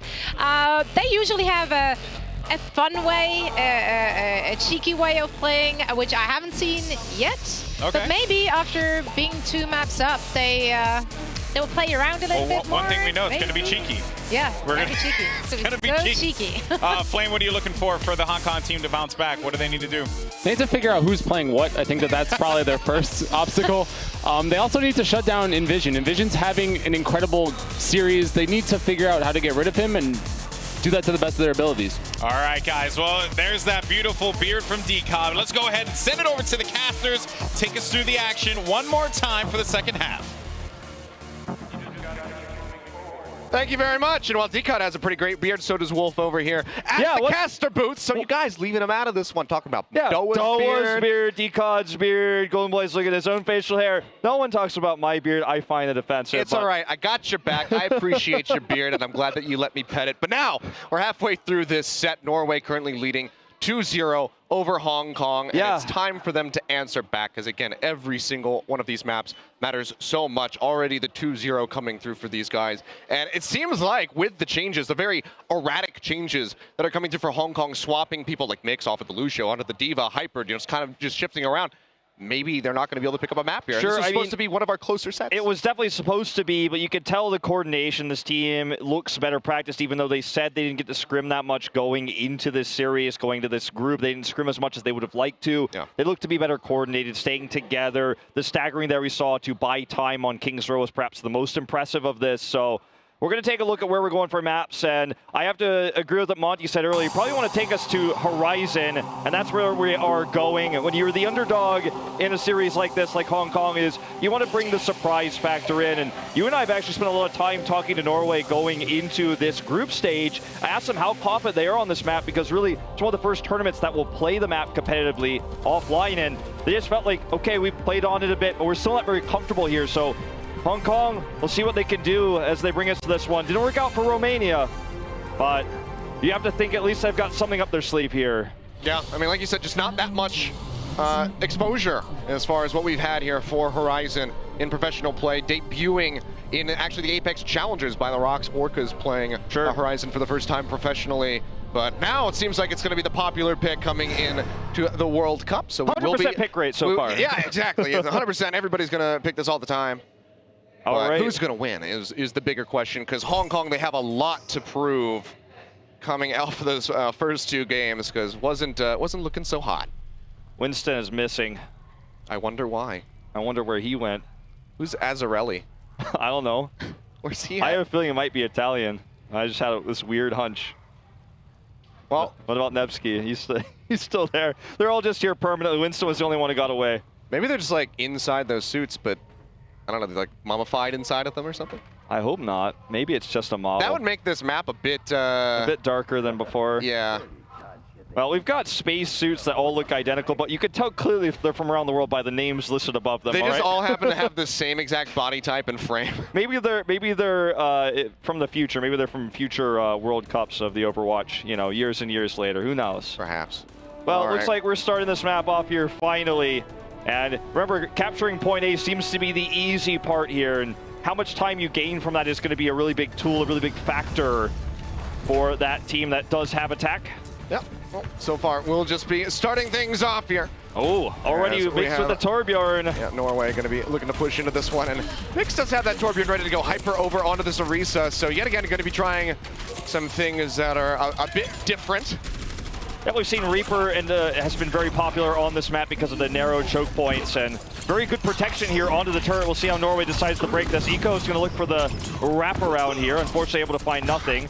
Obviously, the first part of dealing with this is scouting it out. They know what to do now that they've seen it. Well, Mango as well, getting poked down here, is operating over onto that Reaper, much like we saw on Dead from China earlier on. Mix gonna get left on, almost goes down, but all of a sudden the kills just explode onto the board here for Norway. Scooping up several, Ico finding some here with the Genji, the double dash through, takes him down. The turret will fall here for Pandarin, or the mech will fall for Pandarin. Turret about to go down here at the end. Well, and that should just be the first cap coming through for Norway very swiftly. Give them, you know, just about 7 minutes on the clock. It's pretty rare to see the turret be the last part of the deaths. That's on very the side. true. It's usually like very swift. And I think that part of the problem was they chose a location to defend where the protection from Orisa was only there for the turret. There was a lot of AoE damage that can be done for Decod there in that choke point, and they didn't need to kill the turret first, they just killed everybody else. Pretty basic there. And now they're looking for the second cap. They've got a lot of ults available here. Well, that is going to be one of them. The Molten Core here from Mix does get thrown down, trying to buy a little bit of time, but it loses out on all of his team members here yet again. So Mix is going to go ahead and have to kite back over to the spawn to get topped up. Now Ico up onto the high ground, has the Dragon Blade ready to go, but doesn't have to use it. And that first stick is already coming through here for Norway. Oh, looking man. for a bit more, nearly half the second. You can see Decod does go down. Sound barrier here. It looks like almost a ceremony. As here's the Dragon Blade. Eco doesn't have much shielding with this. Yeah, but he's still going to be cutting away. Gets that mech gone. Dashes through. Finds Mango yet again. And you can see that should just be it. Just about here. Final contention will come through from Jazzy and Mix. The Nano Lucio coming through. Move out of the way, boys. Those boops got some real damage to him, but Mix's life, he's not long for this world. He is desperately trying to keep himself topped up. Has to kite back. There's no health pack available, so he will get cut down in the end by Decod going forward. But it has delayed the cap so far from Norway. Drains out a little bit more time on that clock, but there's still over 5 minutes. Definitely some sloppy ult uses on the side of Norway. I think perhaps ceremony, an early ceremony for them, but this is still a continued push for them. Really good biotic grenade here, but it may just not matter. Vision holding on to that pulse bomb. He's trying to get rid of this Primal Rage first. Will kite back, picks up that health pack, and the hold does come through here for Hong Kong, so it does buy them a little bit more time where it seemed like they were doomed, and Vision just gonna go forward, lets himself die. Well, plenty of time on the clock, still have, you know, a smattering of ultimates available here for Norway in the second tick, so getting a cap might not be that difficult from them. True. But Hong Kong for now will hold. The true hero is the Nano boost on the Lucio there, and that's what allowed them to hold, right? We gotta give full credit, but God, I feel like Norway looks so terrifying right now. I feel like they celebrated early on that last push. That was setting up for the big six, the 6 ultimate push. IPN very far away from a Transcends. He feels like the Tracer killer with this triple DPS. Perhaps you could almost call it quad DPS, or how many times he's been able to track down whichever Tracer he's up against with the swaps coming off here for Hong Kong. But he's just looking dominant. Oh, Mango going low, forces out the recall, has the dash back, keeps himself alive. In the meantime, self-destruct will come through. Not gonna find anything so far, but the attack visor's there from Onigod, and that could do some serious work. But the defense matrix is there. Pulse bomb coming down, not gonna find a stick, but they still are able to follow up and take down IPN in the end. Moo gets taken out by that Jack Visor, and now the kills yet again coming through here for Norway as the rest of the team, everybody just focusing in onto that choke, onto that Jack Visor. The rest of the team just goes forward. They find all these kills, but Jazzy comes up with the double. Biotic Grenade takes out Decod, and Vision goes down as well. But still, it's very close to the cap coming through for the side of Norway. Ico with that Dragon Blade comes up with 2 kills already, just dashing his way to victory, but will get jumped on, will go down in the end. And it seems like yet again, Hong Kong will be able to maintain control. And this is what we're talking about, the difficulty of of capping this final point. Yeah, and again, it just feels like some of what we're seeing from Norway is very scrappy. IPN didn't have the Transcendence there, which would have definitely made that fight a lot easier. And sure, Onigod did a ton because Decod really helped them out, but they don't have the Diva with this triple DPS composition, so can't have that extra protection. Trobe didn't have his sound barrier, and it felt like they were a little bit impatient, didn't wait for the 6 to go in, and it was a little bit split up. Hong Kong always having a better position on defense here with that high ground. Yeah, we can hear that's going to be the nano boost coming through. Haven't really spotted who is going to be on it. Will be, in fact, onto Hyper, who does have a Primal Rage ready to go, but for now, just going to be zapping away. Trying to come up with a couple kills. And it seems like they will go ahead and dissuade Norway from coming in for now, as Pandaren does get knocked out of the mech, but Decod will fall as Mix, of all people, does come up with that one. Now Envision going low, forces Mango out with a recall. He's going to push forward, looking for a bit of healing perhaps from his teammates, trying to get that kill in the Tracer battle, but now getting jumped on. Throws at the pulse bomb, tries to get the fadeaway turnaround in onto Hyper, but he will whip that one out. So not going to be finding any kills with that. But in the meantime, Transcendence thrown down here from IPN. They try to stick in onto this fight, trying to get this final cap because the clock has been drained considerably. Yeah, they already have this 2 side ticks. of Hong Kong. They already have 2 ticks, so it's not that difficult to grab, but they just need to get consistent kills, something they haven't been able to do yet. There's the pick on the Hyper. That's going to be a huge time buyer lost. A nice one coming through here. Pandaren yet again knocked out of the mech, so that's going to be the tanky front line from Hong Kong nullified as he desperately tries to get back into the mech, but he's just going to get cut down on the backside of the fight. Strobe comes up with that kill, just zipping away with those left clicks, comes up to this one, but now 2 minutes still on the clock, and Norway haven't really gained much ground. A few respawns coming through from them. Envision does finish off Hyper, but very much are being stopped here at point B. And part of the reason why this is so difficult is because the defender always has the shorter run back, and Hong Kong is going to have the high ground set up to drop down every time with how this map works. Yeah, Pandaren up here already showcasing why. Just up there, able to drop down. It's difficult to stop the to stop the drop down. There's nothing you can do as the attacker. The defender always has that extra advantage. So you need to get a massive amount of kills and carry that momentum. And Hong Kong has the ult advantage still. So Norway, that time is ticking down. Well, now it's an nano boost in onto the Dragon Blade. Moog pushing forward, looking for some kills, trying to get in onto the support members. Can't quite find it though. Has to go ahead and sheath it, but still just chucking out these shurikens, trying to find some poke out kills. If not, just finish off IPN. Does have those shields coming through, does get topped off. In the meantime, both the tanks going down yet again for the side of Hong Kong, but is it going to be able to be capitalized on is the question. With Envision going down, perhaps the answer is going to be no yet again. Moo still firing away into this one. Will get taken down. The zaps coming through, and Onigod finds the hits.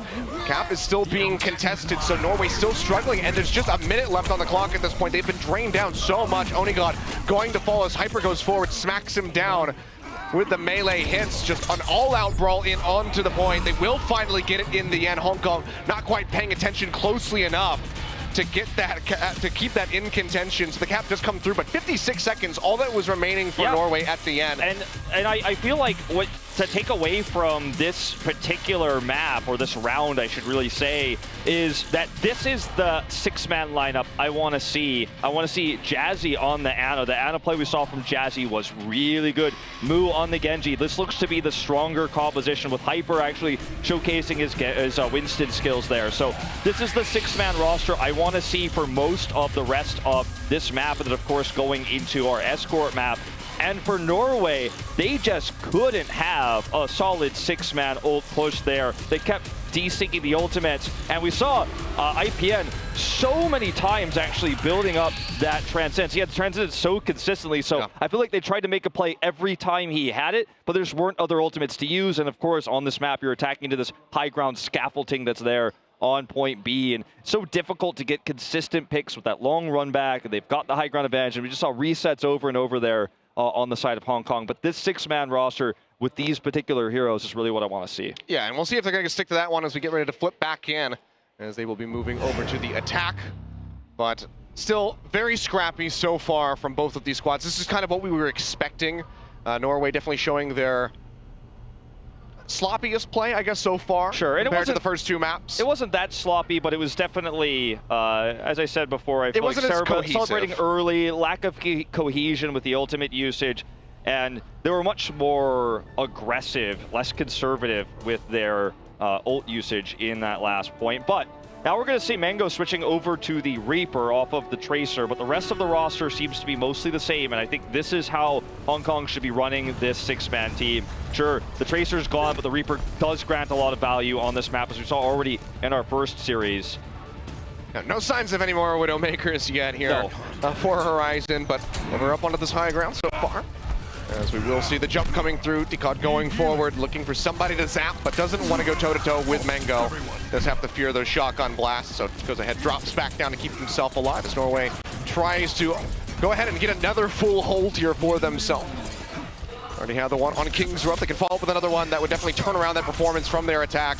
Some sloppiness there at the end, but for now, we'll be holding firmly. The cap starting to come through here for the side of Hong Kong. Will be halted right before that first tick and will fall. So a nice and very crucial opening pick coming through from the side of Norway. They'll get rid of Pandaren as well. And you have to expect that Hong Kong is likely going to be attempting to peel back and get themselves regrouped for this one. But Mango does go through, finds a couple kills, gets rid of that baby diva, but will fall in the end as Onigod scoops that one up. So a nice little push forward here. Hong Kong now building up for these ultimates. They have several people that are very close, but still don't get that first tick, which was going to be, a very nice takeaway from that stop the push. They bought a lot of ult percentage, so the next push is going to be the scarier one. And Mango, of course, survived throughout all of that for so long. Imagine what he could do if he had peeling coming in from Hyper there and perhaps some support ultimates with him. The Death Blossom is going to be a big factor with this next push, so if he builds it first, Onigod might pick him up before he gets there. Very close to the pickoff. Yeah, nearly has this one. In the meantime, Decod going to go forward, has this nano boost on him, and he's just zapping away, finds the kill in onto Pandaren, follows up with one onto Moo, and Hyper will go down as well. So just like that, 5 members of Hong Kong will fall. Jazzy, the only one who almost made it out, will get booped in the end by Aiko. So the team kill completed. And we're now down to about 2 minutes here on the clock for Hong Kong. So like I said, yet again, Norway looking for that full hold here on Horizon. Have 4 ultimates ready to go. Envision will be able to build up for a pulse bomb very rapidly. Yeah, but it's to the 5 of Hong Kong at the moment. Exactly. Hong Kong gonna have 6 soon too. The idea should be to try to bait out IPN's Transcendence, then try to use the Death Blossom, but they're always hunting down the Reaper here. Mango gets low again, does survive for the time being, but the coordination, you can really see it on Norway. Here we go, this is their opportunity. Sound barrier already used. Yeah, it does get dropped in here. Hyper not gonna be receiving that one. In the meantime, self-destruct will come through. Doesn't find any picks so far. Actually gets the one onto Envision. A bit of a poor placement there from the Tracer. Couldn't get himself out, and Moo with that Dragon Blade thrown out. Not going to find anything really for it. Does get cut down. He'll get zapped to death from the side of Decod as they leap in onto the point, trying to keep this one in contention. And you can see Hong Kong yet again. They pour everything into that assault, and it just gets stomped out. Norway do have to answer with a couple of their own ultimates. Primal Rage, for instance, there from Decod, but they very much come out on top of that. Everything looked like it was going to be as it should have. When they baited out the Transcendence, I was hyped. I got excited. I thought maybe they're going to wait that out, play a little bit more defensively, but they threw everything into the Transcendence. Everything, the Death Blossom, the Dragon Blade, and IPN was just the hero floating in the sky, and now they have very few tools to retake. It's going to take a miracle here for them to take it now. You can see that nano boost coming through here. Decod going to go drop in, looking for another Primal Rage to get build up for it. There's on the bubble, trying to keep himself alive. Will go ahead and get the pop out onto Mix's mech, and he is going to fall right off the bat. Pandaren going down as well, as Norway yet again just cleans up house. Hyper's going to die for that extra painful stagger, and they'll go ahead and get Mango as well. So just solid defensive play coming through from Norway, playing as a unit, something that they lacked on that final point of attack. Yeah, and now Hong Kong, their backs are about as far up against the wall as they could possibly be. 15 seconds remaining with just a Death Blossom. They're going to have the Death Blossom. If they can make the fight last longer, they might have Primal Rage and the Dragon Blade. Sound barrier is pretty much out of the question. Can Mango make a play here? That's going to be the big story. Pulse Bomb has already gotten rid of Mix. Mango going for it, has the Death Blossom ready to go, but you can see that defense matrix there. They tried to deny, does get Envision with it, but won't find anything else forced into the Wraith form with 32 HP remaining. Will get hounded down by Onigod. They'll just be coming around, trying to clean up onto the point, and Moo tries to draw out the Dragon Blade, will get killed in mid-cast. He goes down. That's the full hold in onto Horizon. Yeah, and a pretty rare full hold on that first point on this map. First one usually taken very early on with a huge time bank. That's part of the reason why point A is so easy to take, right? So you have the time bank to work with point B, but Norway just showing that this 6-man roster works so well together. The coordination on ultimates, with the exception of a few of those on point B for the attack, way better, and IPN looks to be godlike, chasing down the Tracers. And for Hong Kong, again, it just feels like this team doesn't have that much practice together as a unit. Yeah, Decod just finding everybody in tight quarters and zap them all to death, pick up that play of the game. Nicely done by him. But again, it seems like Hong Kong don't know what to do. They keep trying to change things up rather than trying to just run one comp that they're very comfortable with. They try to go for the Orisa and the Torbjorn start. It fails miserably at the start of that push, and yet again, they try to change things up. They try to move over to the Reaper, which is becoming more popular. He is buffed at the moment, but still not as widely as accepted as you might expect. And with Envision consistently getting the picks onto the supports, doesn't have any ultimates to pair with that. You've got a Reaper and a Genji. They're both so ready for a support ultimate, just saying, please build that up. Do you have it ready? Do you have it ready? Constantly asking for those calls out. How much longer to that Sound Barrier? How much longer to that Transcendence? Well, IPN's already used 2. He hasn't used 1 yet. And as your Genji or a Reaper, you can't just blindly dive in and toss those out. You need support. You need to have the way to make that happen. And we saw consistently on the side of Norway, they were ready for the ults when they came in. The Transcendence usage tonight for IPN has been really, really good. And unfortunately for Hong Kong, they threw all their ultimates into it. On that one push where they finally had them all together, the Transcendence just kind of blocked everything, shut it all down. And it's experience here, I think, that we're seeing with this 6-man from Norway over what we've seen from Hong Kong.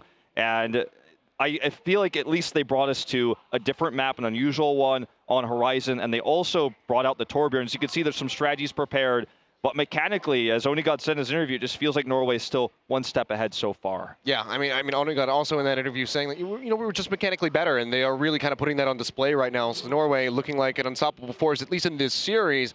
When they go up against, some tougher opposition, we'll see how they're going to fare. But for now, looking very strong to start things off on the day. A 4-0. Kind of inevitably in their grasp here. Just one more map ready to go. And unless Hong Kong can really surprise us and turn around these performances that we've seen so far, then it seems like they're not going to be able to pick up a map win here in their first day. It just may end up being that's the case, Achilles, unfortunately. But, momentum is an important thing. This is not a best-of series. It's a 4-map set. But in this 4th set, they've already lost the 3. And they had dominant holds against them on King's Row, of course. Well, I wouldn't say that was dominant, right? But they got full held. They got full held then, of course, on Horizon. So mentality a little bit shaken for this team that hasn't played together as a 6-man on stage like this before. And Norway has more experience. So I think it's time to, in the short interim before we go into the next map, talk it out. What map do we want to bring in for Escort for this 4th one? Even though we're down in this series, every point matters going to the World Cup qualifiers here. So in this group, taking this point is very important.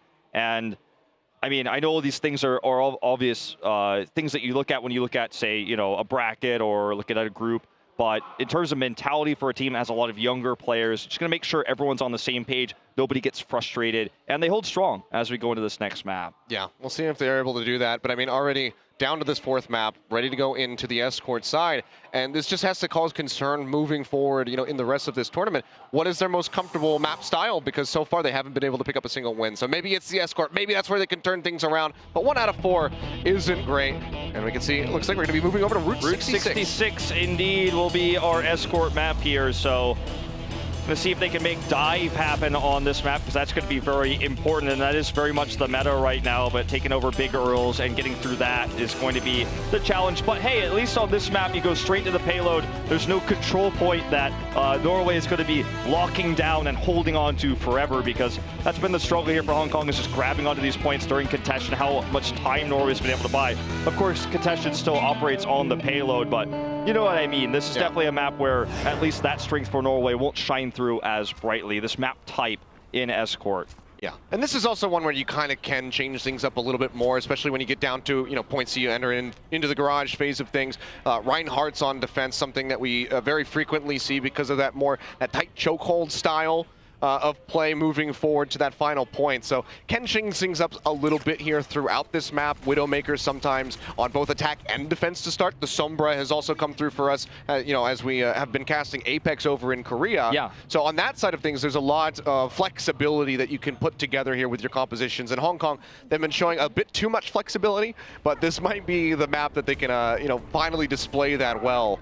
I really am liking Hyper on the Winston, though, not the Tracer. Preferring to see Jazzy on the Ana, where he's had some incredible biotic grenades, both to deny healing, but to heal his team, getting kills several times with the Ana, even killing Envision that one time. So this is the comp I'd like to see coming out here for Hong Kong, and they are looking to have a kind of a hidden side flank defense they're here. playing up into the canyon, and nobody was spotting them out. No Sonic Arrow there available, but Norway seems like they're not too nonplussed by this one. Envision will fall as Mango picks up that kill with the Helix rockets, but they lose out immediately here on to Mix, and Moo has to dash back, already has that recall burned out, so works his way back around the corner to keep himself alive.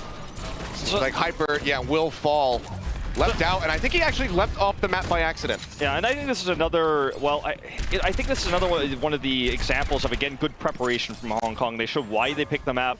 They had a strategy, they had an opening prepared. Unfortunately, again, Norway just kind of outclassed them when the attack hit. The execution wasn't as strong as the plan itself, but does give me hope that for the rest of this group, Hong Kong definitely has prepared a lot of strategies going into this one. And they're showing some of them here, but the idea at least is solid. Try to catch Norway off guard. Onigod right now having sole possession over the gas station will be knocked off of that one, as I do say. The leap board comes through, but he has the attack visor out. Defense matrix forward from Mix to go ahead and chew up the majority of that damage. Got a little bit out, but overall will be denied.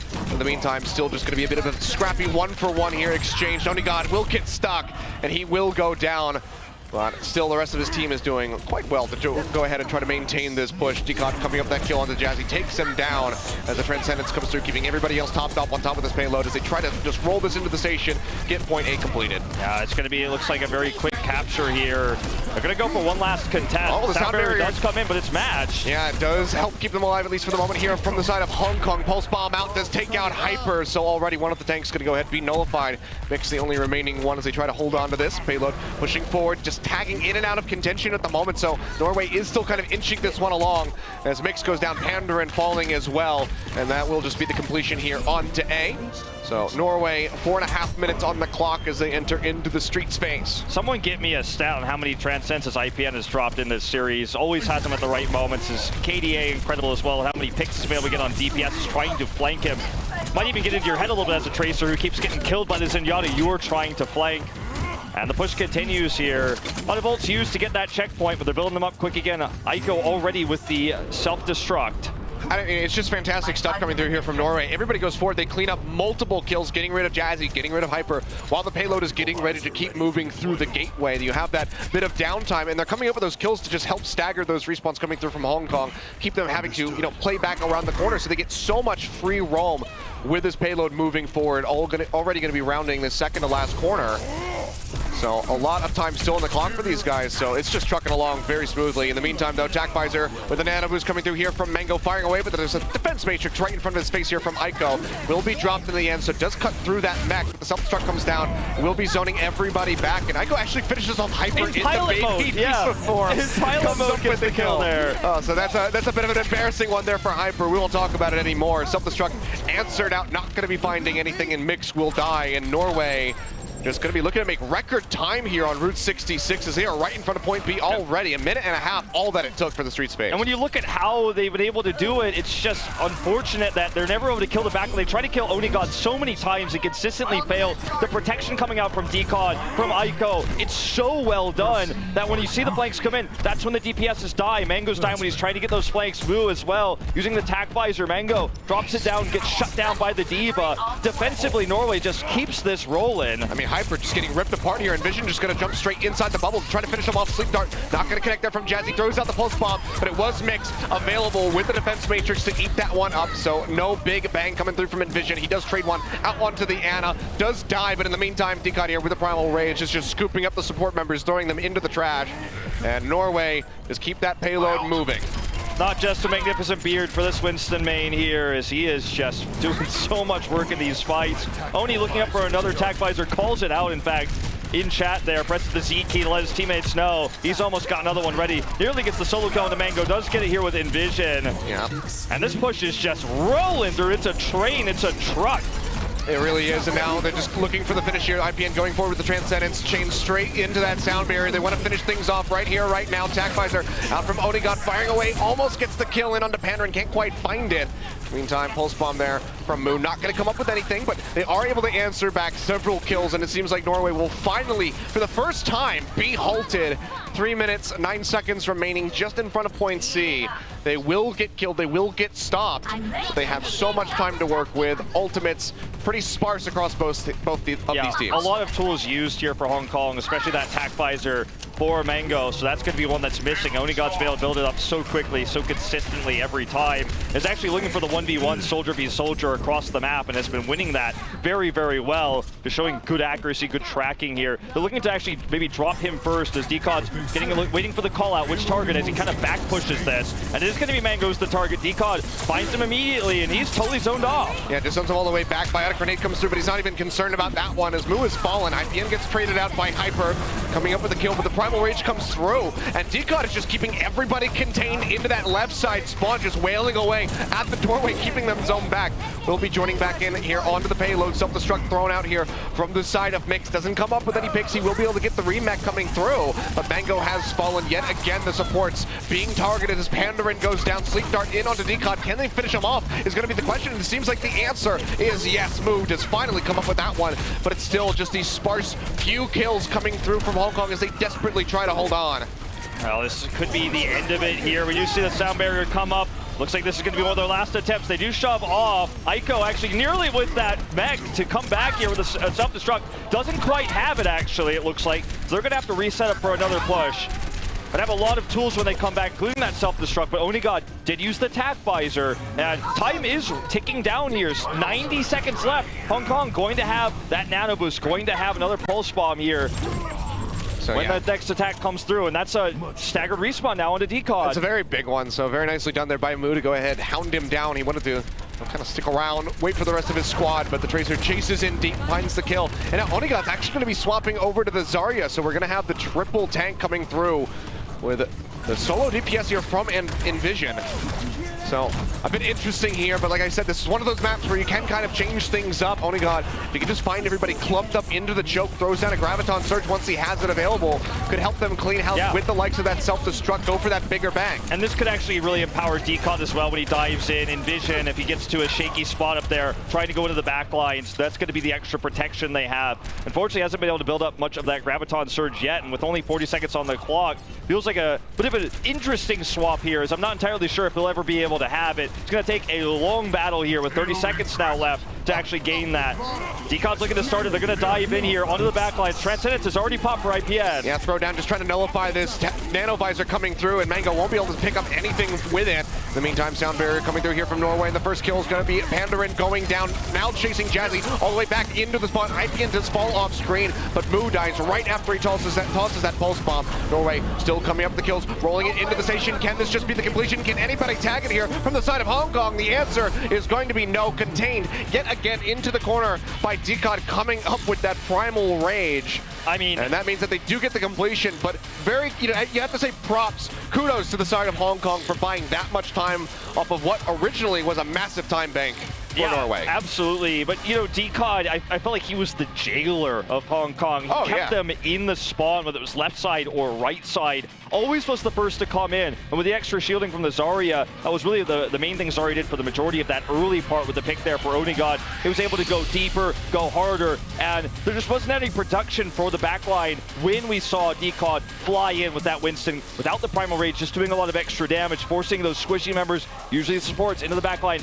Containing Mango there on the soldier at the early part of that push so well. And when you watch Onigod versus Mango, who's able to find him a lot of the time, force him back, force him away. Then once he went back off to heal, get the supports, that's when we saw Decod comes in, pushes them back into the spawn. So really good synergy here on the side of Norway. But as you said, the time bank not as solid as they would have liked. Yeah. So a very poor finish by comparison of that King's Row. 5.8 seconds is all that Norway had, despite the pretty stompy streets phase, that initial cap 1.A.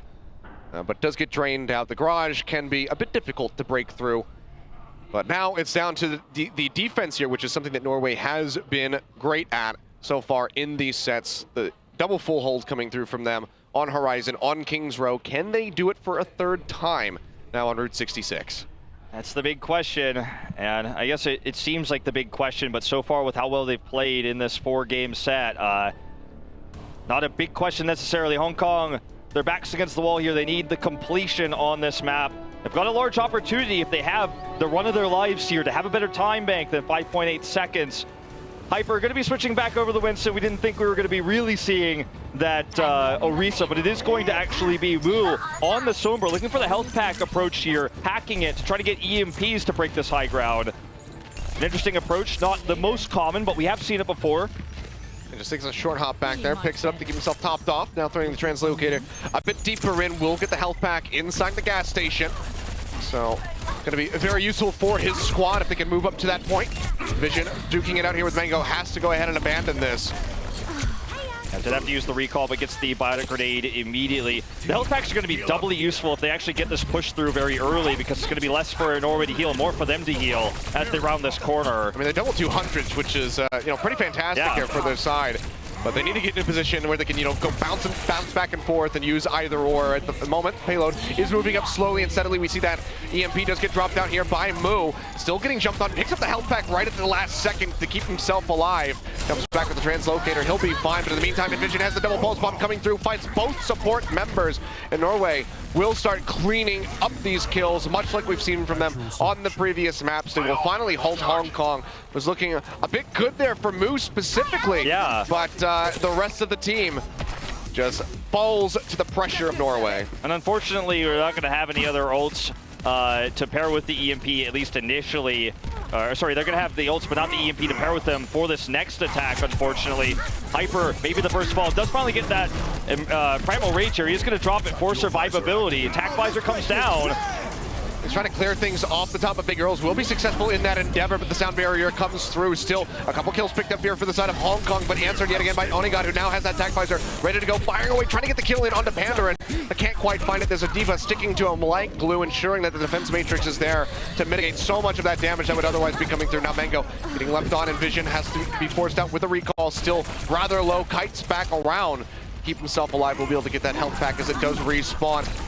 But for now, it seems like a bit of a stalemate as Envision just pokes in, tries to build up for another pulse bomb, but Hong Kong still struggle to get back to this payload. Yes, burning down that time bank now, as Envision is just so uncontested. The only person who's really given him a challenge has been Mango when he fights him 1v1, but when he finds anybody else, just no protection for the backline yet again. Last time it was, of course, Decod. This time it's Envision who's getting the kills. Mid-air, looking to pick off this Sombra. Yeah, Boop's not going to be taking him down. They almost get Mu, doesn't quite get that kill, and he does have an EMP ready to go, but they need to be able to capitalize on it, because the first one, barely anybody was in position to try to get those kills with the EMP being dropped. I'd like to see them wait for either the attack buys or at least the self-destruct before popping it, but they don't. They pop it down right away, trying to get Decod. Yeah, they only get Decod with that one. They will be able to take him out, but is it going to be enough? See Aiko, the Baby Diva form, trying to get back into the back. Perhaps as Envision is just wreaking havoc on the back line, jumping on top of Panda, and yet again, now another attack visor is out here from Onigod. Leaping in, trying to find Jazzy, but the bubble is there to cut off the bullet spray. He will fall in the end as Envision goes forward with a Tracer, takes him out, and still it's going to be Norway maintaining control. Mix dying mid-air, but comes up with the double kill. He got greedy there. Worth it, you'd have to say. Onigod trying to finish him off before he got around the corner. Will get punished for that one. He got the kill, but he didn't survive. Would have been more impressive had he gotten out of there, but still, you got to appreciate the accuracy. Either way, it's looking like Hong Kong's bringing the fire here. They're just going to look to close out this checkpoint. No one nearby. Decod does have that Primal Rage, but just doesn't look like he's nearby enough to go for the contest. Well, Envision's going to be dropping in here. The EMP comes down immediately, so he can't get out of there. He's just going to fall. But the contention now coming through as Aiko rejoins in with the rest of the squad. Well, they shouldn't have doubted Norway. They're going to try to contest this. They had such a great contest on King's Row. Well, it's still going to be a bit of a rough one, and the completion should be there. There we go. Rolls into the station right just about the last second. 2 minutes 30 on the clock. But you can see what they wanted to do. Decod wasn't quite in position, but they wanted to have Envision by the time there to have Decod coming. And if Envision had survived, then suddenly it's Envision and Decod. The rest of the team has time to get over. But what you have to appreciate is Norway didn't use a single ultimate there. They waited, they gauged the situation, sending the delays in with the Tracer, then the Winston. And when they figured out very quickly, this just isn't going to work, they backed off. They saved their ults. And Aiko's now on the Genji, looking to build up that Dragon Blade. Everyone else pretty much topped off. Yeah, Decod though does go down very early into that one as Mu finds a double kill, takes out Envision as well. And the payload right now moving relatively unhindered from the side of Hong Kong, so in a good spot. As Trouble, he's just gonna, kind of mess up that wall ride, doesn't make it onto the high ground, so has to take the long way around. Styling a little bit there for the crowd, though. The crowd did give some oohs and ahs. He was highest upvoted there at the play of the game, last game. The results screen. Okay, move nearly with that EMP, looking for it here in the back lines. It's looking going to for the hack. Yeah, he doesn't have it yet. Now he's got the EMP available. Yeah, ready to go, but Deacon does make it into that primal rage. Sound barrier comes down here from Norway as they want to hold it right here. A minute 20 remaining on the clock, but Deacon's still going to be the first one to go down. Now Transcendence out from the side of Jazzy to keep everybody topped off. And it seems like it's going to be working out relatively well here for the side of Hong Kong as they scoop up these kills, and Vision and Trump both going down. Pandarin does get answered for it, but with IPN, Aiko, and only got all going down, it's going to be a very delayed team kill. And should be the completion. Now Hong Kong kind of turning up the heat, putting their foot on the gas. This is the able to roll their way in. And 2 minutes 25 seconds with only 5 remaining for Norway is very doable to match. Absolutely. This is the Hong Kong we've been waiting to see. Onigod switching back over to the Zarya here. Very powerful at this end point of course, Route 66. But the coordination, the patience on the EMP, going to pick off Decod first and find a way to capitalize there. The EMP was the cutoff of the retreat to stagger those respawns. So they're getting very, very dangerously close now to completing this with a better time bank. Just waiting for that second EMP, and Vision picked off already. This could be a huge opportunity. Not a fantastic way to start things off at all, and Decod's going to go down as well. Mango starting to pop up here with the Soldier 76 trope going forward, trying to buy some time, but he is going to die, and it's just one after the other. Norway goes in, and they all get punished for it. Onigod falling has only accrued 24% on that Zarya ultimate. You can see Decod actually feeling the pressure, will be swapping over to the Reinhardt. Yeah, swapping over here, wants to have some charges now. Moo just doing so much extra damage, even waiting here on the high ground of the platform to try to get some nice hacks off. Gonna go for Decod first, stops him with the shield there, sick hack there. Ryan gonna be focused down now. He's taken out by Pandaren, and he's just gonna fall. EMP very close here. Mango uncontested. Well, Aiko's going to draw out that Dragon Blade, looking for a couple picks, finds one onto Mango, but everybody just turns around, sees the Genji, and they come out, and now it's just 2.46 meters right in front of the point. Nano Boost used it onto Onigod, but he's got no HP left. He's going to get finished off, and now Transcendence down onto the point as Decon rejoins desperately, trying to keep this in contention, but he's got that Discord orb, so has to be careful. Swinging away wildly with the hammer, will lose IPN off screen, and Vision yet again going down, and the sound barrier comes through through here from Hong Kong as they try to finish this one out. Trove falling yet again, and it seems like they might have just done it. 0.05 meters. There you go. They got it in the end, and Hong Kong finally show up in this series. That's right. They are showing up. They're showing light in this series. It's not over yet. Until that fourth game ends, it is not over. Now they've got the better time bank. 1:39 to the 1 minute left. Now on the side of Norway. And it was good coordination we're finally seeing. And it seems to be the missing link was the Sombra play. The EMPs, the hacks, the positioning. Stopping Decod in his tracks there behind. Getting those Reinhardt shields down. Onigod going all in on the Zarya twice. Second time, he was at the very end there with the Graviton Surge available only at the end. And unfortunately, weren't able to use it. He wasn't able to use it there onto the point because there was no one else with him. And finally, Norway has shut down. Finally, Norway not able to use their time-buying tactics there. We saw them try to stop that checkpoint. They were patient there, but Hong Kong looks to be really good with the Sombra. And so far, with what we're seeing already going into this overtime round, they are going to keep it. So very happy with this so far. And Mango as well, stepping it up. They're targeting down Decod in these fights. And when he's down, that's when Mango shines. I mean, the most important thing there from Hong Kong was that they actually showed Norway can be flustered. They seemed like they didn't know what to do, having the swap over onto the Zarya from Onigod. Decod moving off the Winston, which he has been crushing with so far, forced onto the Reinhardt, and it just falls apart for them. So a bit of desperation and, you know, weakness shown there from Norway for, you know, pretty much the first time. There has been that scrappiness, that sloppiness aspect to it, but that was where it seemed like they just didn't know what to do to come up with a victory, and they don't have that hold. But now back over onto the attack here with 42 seconds remaining. Norway going to be looking to create as much distance as humanly possible with this payload, and Vision looking forward doesn't, you know, can't get that health back. It is hacked out, so has to just get that Orb of Harmony to keep himself topped off. Yeah, it's so important with so little time to work with here. The health pack's just not going to be available for Norway. And Moo unable to find the pick there, but it will be Hyper that takes Envision out in the end, so Tracer already gone. I mean, the payload's being contested right now, and it's 15 seconds remaining. Norway have not moved this up very much. And Hong Kong look to be in a very strong position at the moment. Decod forced back, has to leap his way out to safety. Oh, Aiko's going to go down here too. They're going to go ahead. They're going to get rid of Aiko right at the crucial moment as they get ready to go into overtime. EMP dropping as well from the side of Moo, and they are just looking to end this right here. Overtime ticking through as they try to keep this one in contention. Norway will just get torn apart. It's all down to Envision. Gets the recall off the dash back in. He's gonna die. Can they tag it in time is gonna be the question. I don't think they can. Hong Kong holding right around the first corner.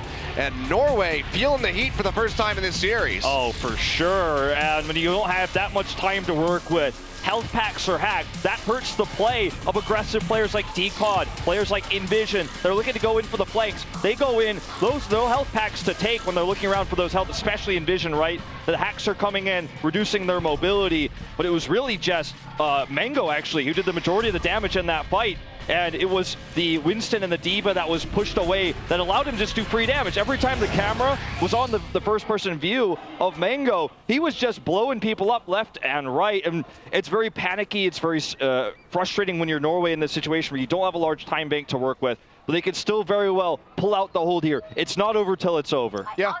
I mean, one of the things we do have to consider, especially with these first matches from these teams, I mean, you know, they are so very important wanting to get these maps, but one of the things you have to consider is perhaps, you know, the land jitters that come through. It's the first time that a lot of these teams have ever played together on a stage. Obviously, you have the likes of Rogue, who has been a unit for a while, had their, you know, entire LAN debut in Apex Season 3 with Nico being put onto the roster.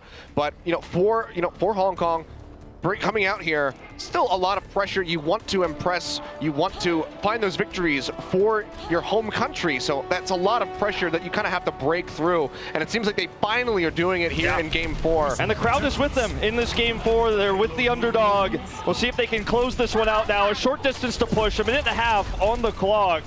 See if Mango can repeat that performance. It's going to be about the defense of the tanks. Moose sticking with the Sombra, the comfort pick here.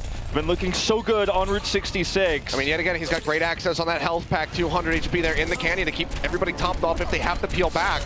Hong Kong trying to move things up here at the start, rounding that first corner slowly yet surely. As Norway tries to keep this one in contention. Decod going forward, gets chunked out, has to kite back with the rest of his squad, but Mango is still just going to go ahead and cut him down, just firing away into the ranks of Norway. Finds that kill onto the tank, but they will lose that onto Jazzy. So Hong Kong just kiting back for a moment, keeping themselves safe, so close. Not looking to lose anybody else, waiting for that respawn on the very slow Zenyatta as he looks to rejoin the squad. The EMP could be all they need to make this happen. They're holding on to it now. It could be their way in. Here it comes. They drop this one down. Mango going to be pushing forward. Nearly has attack visor available, but doesn't have it to couple up with it yet. Aiko going to be knocked out of the mech as Decod goes forward yet again. Will be getting targeted out. Aiko still hasn't fallen, but now the pulse bomb comes through and Jazzy's going to get taken out as Envision finds the kill. Self-destruct will be thrown into the backside, looking for something. Comes up with a double kill! Mix just taking down IPN. Only God falling as well, and I think Hong Kong might just have done it. They are ripping it through Norway, looking to complete this push. Envision doing his damnedest to stop that from happening, but he will go down in the end. That's gonna be it. Hong Kong, in the end, in Game 4, are able to pick up a win, will not go down 0-4. They put a point on the board for themselves. And this is so important for them going into the rest of the group too, with the cards stacked against them, down 0-3 to take Route 66, find their comfort picks here, really find finally the sixth man that's working for them.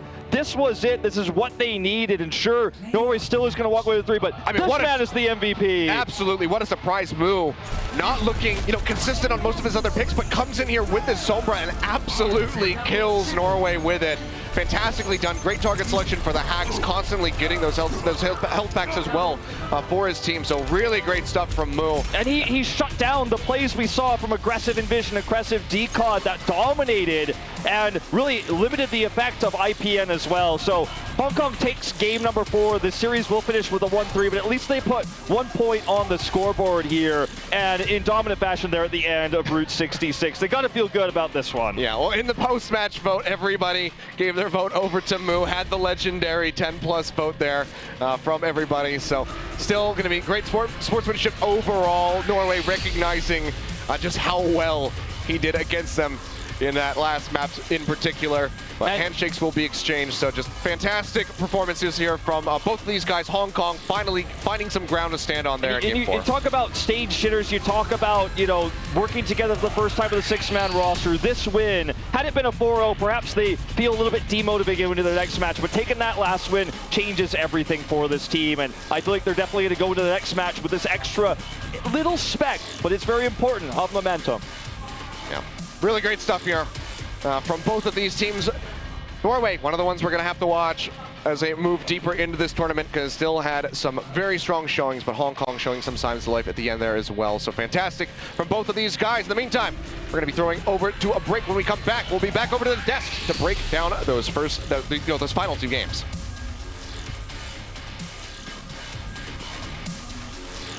The 2017 Overwatch World Cup is brought to you by Omen by HP, T-Mobile, Union Pay, and Blizzard Entertainment.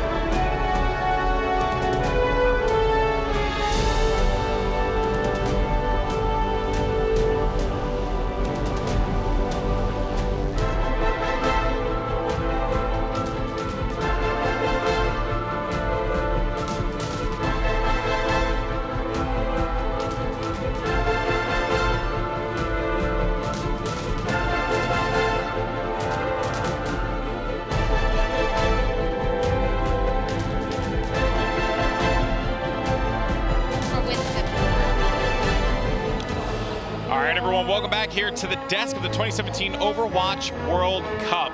And Hong Kong showing some life at the end of that match set.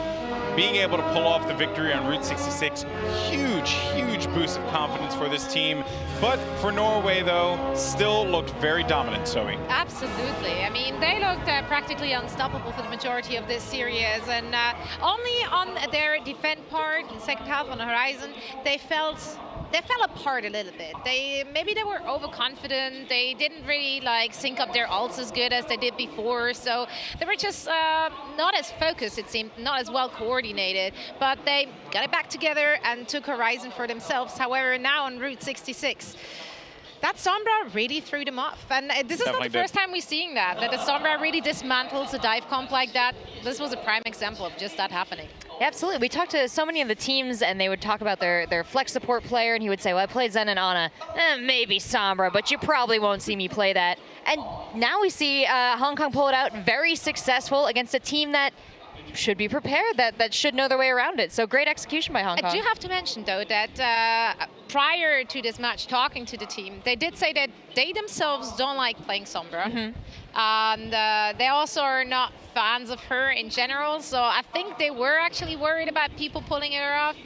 Oh, that's great. Well, Hong Kong was able to pick up on that, and not only did Mui do well, I do want to shout out also Mango on 76 and Jazzy on Ana. When they were able to put their ults together, that represented every movement that team was able to make pre-Sombra. What about for you, Flame? What are some of your takeaways, especially as we get ready to check out the highlights of that Horizon map? I think Hong Kong had a really good showing at the end. I think that it kind of told them what they should be doing going forward. I think that this was kind of a learning experience for them in particular. They didn't really feel like they knew or they had a plan up until that point. And it also exposed a little bit of weakness from Norway. Horizon didn't look that convincing from them, to be quite honest. And then them losing Route 66 also, it was more or less like we found a hole in this Norway squad. They started off really strong, but they did not finish as strong as they started.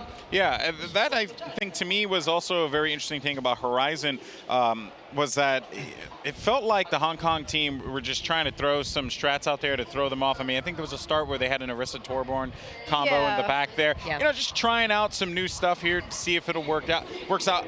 No one really knows Horizon, right? Everyone's like trying to get used to it, trying to adapt to it, and it's just challenging, Flame, for you know, for any team really at this point. And you're starting to see Horizon 100% pick rate here at map number 3. When you need something, just throw that out there because you never know, it may give you a victory. Well, it is the loser's pick at the end of the day. So if you are a team that maybe feels like you're against the wall, why not try Horizon? If you can pull off that win, it's really good for your points and your scoring. So it's kind of in a position where I feel like it will start getting picked more and more as this tournament goes on.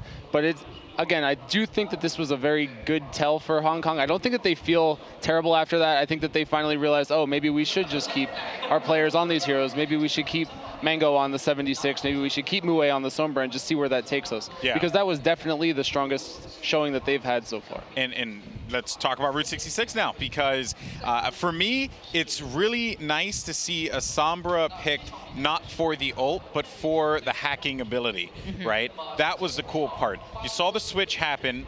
They weren't, because that was the first time DCOT has switched to Reinhardt, so they didn't know that Reinhardt was coming out. But as soon as Mui saw that Reinhardt was like, oh, that's a freebie, went right for the hack, had no idea that this was going to happen, and just completely nullified any opportunity that DCOT had on that Reinhardt. Yeah, I mean, DCOT literally came out of the spawn room and Sombra already dropped down from behind and like got rid of that shield. Unbelievable. So, and I mean, we did see Onigot switching on to Zarya at the very end as well, but really to no avail. Even those tanks, they couldn't stop that. Well, the Zarya switch on their attack was really smart. That one was good. That they were looking to give protection to DCOT because he was forcing everyone in the corner.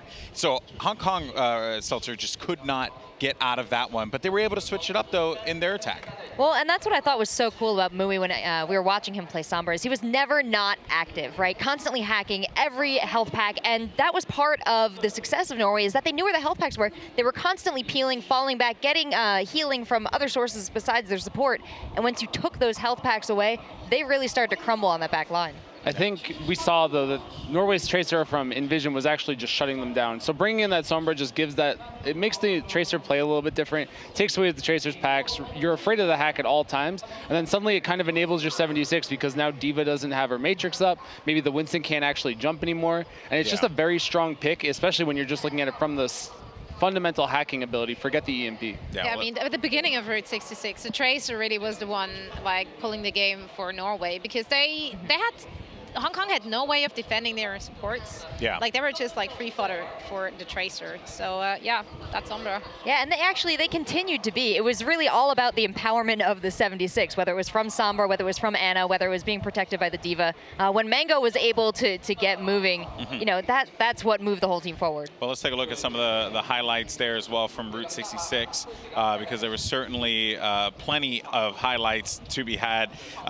Again, got to talk about the Sombra plays, and we did talk about that in quite a bit of detail. Also, Envision getting shut down as well. Envision has been such a difference maker for this Norway team. Just really couldn't get anything going there as well. You saw Envision get picked off by Jazzy with the Zenyatta, and then Aiko couldn't get anything there either. And then we had the reset because of the tie, and this is when I was really expecting to see that's when I was expecting to see some great plays here from our friends in Norway, and they just couldn't really put it together. Good job though from Hong Kong. They get 1 point, guys.